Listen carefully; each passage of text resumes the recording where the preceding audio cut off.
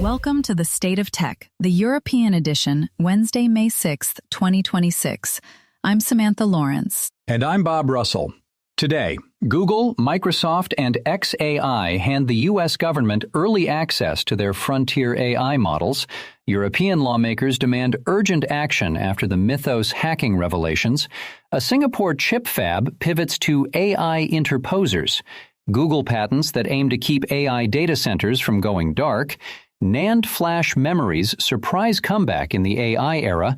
And a hybrid robot from the UAE built for the rough stuff. Let's start with that landmark Washington deal.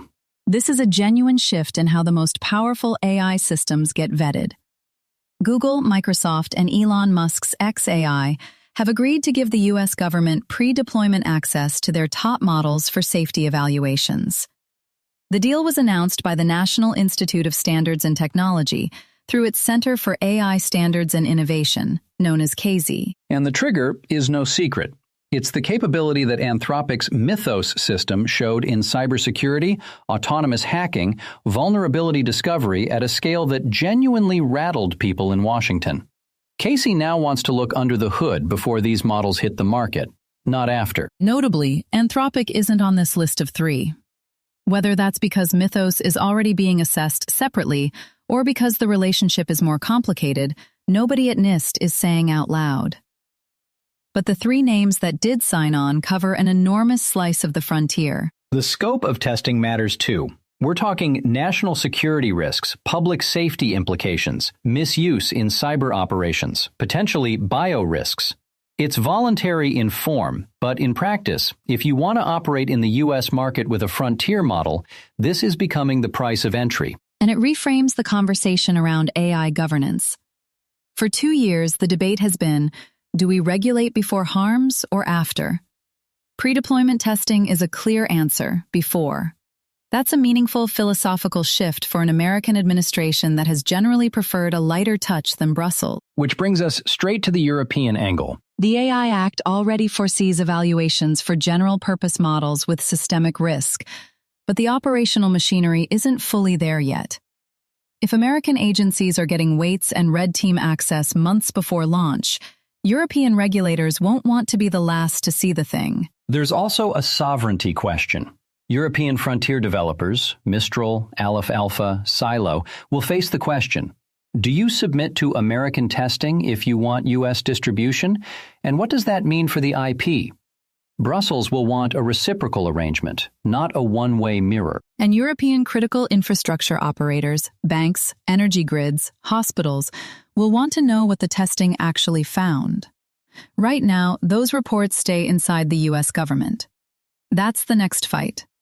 Staying with Mythos, because the European Parliament is now formally alarmed. Dozens of MEPs have written to the Commission demanding stronger cybersecurity measures in direct response to what Anthropic's Mythos has demonstrated, and to reports that Mythos itself was subject to unauthorized access. That second part is the kicker. It's one thing to worry about a powerful offensive AI in the right hands. It's quite another to learn the model may have leaked from the lab. The MEPs are saying, in effect, the threat has stopped being theoretical. Their specific complaint is that Europe lacks institutional access to Project Glasswing, which is Anthropic's defensive research strand around Mythos. Washington has a relationship there. Brussels does not. So European cyber defenders are reading about capabilities they cannot themselves test against. And the MEPs name the obvious targets: public services, hospitals, water utilities, energy operators, transport. The asymmetry right now is uncomfortable. Attackers can rent or steal frontier capability. Defenders are still budgeting for last year's threat model. There's a policy ask underneath this letter. They want emergency funding. They want ENISA scaled up. And they want the Commission to negotiate access to frontier defensive AI for member state CSIRTs. That's a significant expansion of what European cybersecurity policy normally covers. The political timing is sharp. The Commission was already preparing a cyber resilience update. This letter forces them to address frontier AI risk explicitly, not bury it in a footnote. And it raises a harder question for European AI strategy. If Brussels wants its own defensive Mythos equivalent, it needs the compute, the data, and the talent.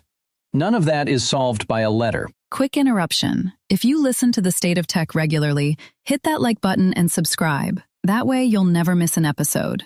Okay, moving on. Vanguard International Semiconductor, VIS, is reconfiguring its brand new 12-inch fab in Singapore. Part of that capacity is being redirected to manufacture interposers, the silicon layer that sits between an advanced AI chip and its package, routing thousands of connections between compute dies and high-bandwidth memory. And they're doing it by licensing the relevant technology from TSMC. That's notable. TSMC's CoWoS packaging has been the bottleneck for AI accelerators for 2 years. Anything that adds interposer capacity in the supply chain matters. The trade-off is visible in the numbers. Total installed capacity at the fab has been scaled down to 44,000 wafers a month because interposer production is more complex and consumes more floor space per wafer. Volume production is targeted for the first quarter of next year. The fab will also produce mixed signal, power management, and analog chips, which tells you something about the economics. AI interposers are the headline, but you still need the unglamorous parts that go into every car, every phone, every appliance. Singapore as a location is a deliberate hedge as well. It diversifies advanced packaging away from Taiwan, which has been the geopolitical anxiety underlying the entire AI hardware industry. European hyperscaler projects, the Euro HPC AI factories, the sovereign cloud builds, all depend on getting their hands on accelerators that themselves depend on interposers. A bottleneck in Taiwan ripples directly into delivery dates in Frankfurt and Paris. It also reinforces the case for the European Chips Act second phase.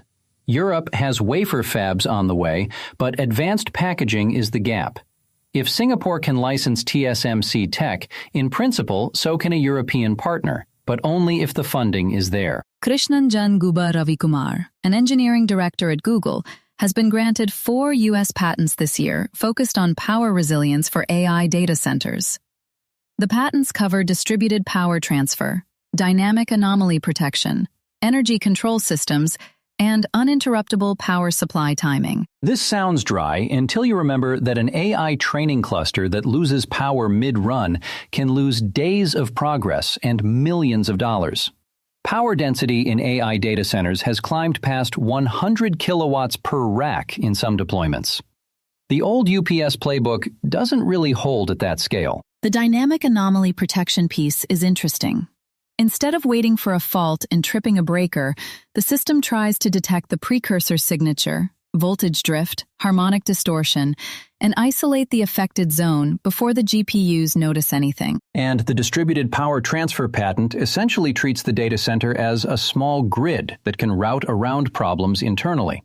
If one substation feed wobbles, load shifts to another path within milliseconds. TPUs don't even hiccup. There's a broader story here about who actually controls the standards for AI infrastructure. Patents like these become the de facto reference design, even for operators who don't license them, because the architecture leaks into industry norms. Ireland, the Netherlands, and parts of Germany have already imposed grid connection limits on new data centers. If you can't get more power, you have to use what you have more reliably. These Google techniques fit that European reality. And there's a sustainability angle. Smarter power management means less spinning reserve, less diesel backup running idle, lower overall energy waste.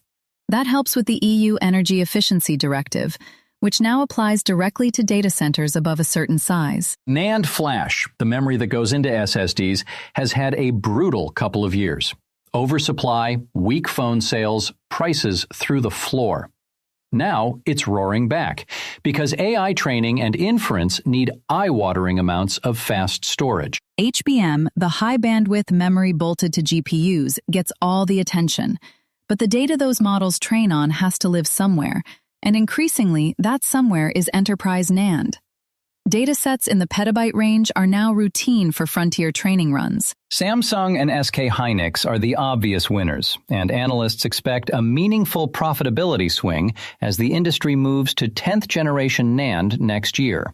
That's higher density, lower cost per bit, better power efficiency, exactly what AI buyers want. There's also a shift in how NAND is bought. Hyperscalers are now signing multi-year supply agreements with floor pricing, similar to what they already do for HBM. That changes the cyclicality of the memory industry, which has historically been a boom-bust horror show. From ugly duckling to essential component, as the analysts put it, which feels right. Storage was always going to matter. The question was just when the market would notice. If the hyperscalers lock in long-term NAND supply, smaller European buyers risk paying spot prices that climb steadily through the second half of this year. That hits sovereign cloud projects and university clusters hardest. It's also a reminder that Europe has almost no domestic memory manufacturing. We talk about chip sovereignty, but memory has been quietly written out of that conversation. This rebound makes that gap more visible. To finish on something a bit more fun, Micropolis Robotics, based in the UAE, has unveiled its M1.5 hybrid robot at the Make It in the Emirates 2026 event in Abu Dhabi. It's an autonomous mobile platform built for environments that polite indoor robots simply can't handle. Think gravel, sand, slopes, long patrol routes in heat that would melt a delivery bot. The M1.5 has improved off-road mobility, longer endurance, and what the company calls operational resilience, which is marketing speak for it doesn't break when you actually use it. It's pitched at security, surveillance, and smart infrastructure. Patrolling industrial sites, ports, oil and gas facilities, large solar farms. The kind of jobs where a human guard in a vehicle is expensive, bored, and often missing the actual incident. The hybrid bit refers to the drivetrain, combining electric operation for quiet, efficient running with a backup that extends range well beyond what a pure battery platform manages. For a security robot that needs to work all night, that matters. And there's a quiet trend underneath this. The Gulf is becoming a serious robotics market, partly because there's capital, partly because there's appetite, and partly because the climate is genuinely hostile to humans doing outdoor work for hours at a time. Robots there are not a gimmick. It also pushes the category forward. Most autonomous mobile robots you see today are warehouse creatures, smooth floors, predictable layouts. Building one that can handle a construction site or a desert perimeter is a different engineering problem entirely. European ports, Rotterdam, Antwerp, Hamburg, are already piloting outdoor autonomous patrol units. A platform like the M1.5 fits that brief. It also raises the usual questions about surveillance, data handling, and cross-border deployment of robots that carry cameras and sensors everywhere they go. Which is a properly European thing to worry about. Even our robots get GDPR. Today we covered the U.S. pre-deployment AI testing deal with Google, Microsoft, and xAI. European MEPs sounding the alarm after Mythos. Vanguard's AI interposer pivot in Singapore. Google's data center power patents. NAND flash flipping from laggard to AI essential. And Micropolis unveiling its rugged M1.5 robot. Want to know more or react? Visit stateoftech.eu or email us at info@doorzetters.net. State of Tech, the tech world in 15 minutes.